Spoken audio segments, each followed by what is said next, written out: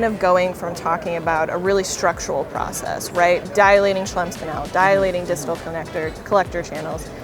And now we're modulating flow in a very dynamic state. So I think it sort of really lends itself to that idea of, once again, establishing physiologic flow. As somebody who already uses canaloplasty, I think it gives me slightly more confidence that there is an effect here, that we are perhaps reaching more distal outflow than maybe we thought we were initially. Knowing that we at least have some degree of biological plausibility to this argument that we've been making for a long time as people who work in the canal, this is just opening the door to a tremendous amount of possibility.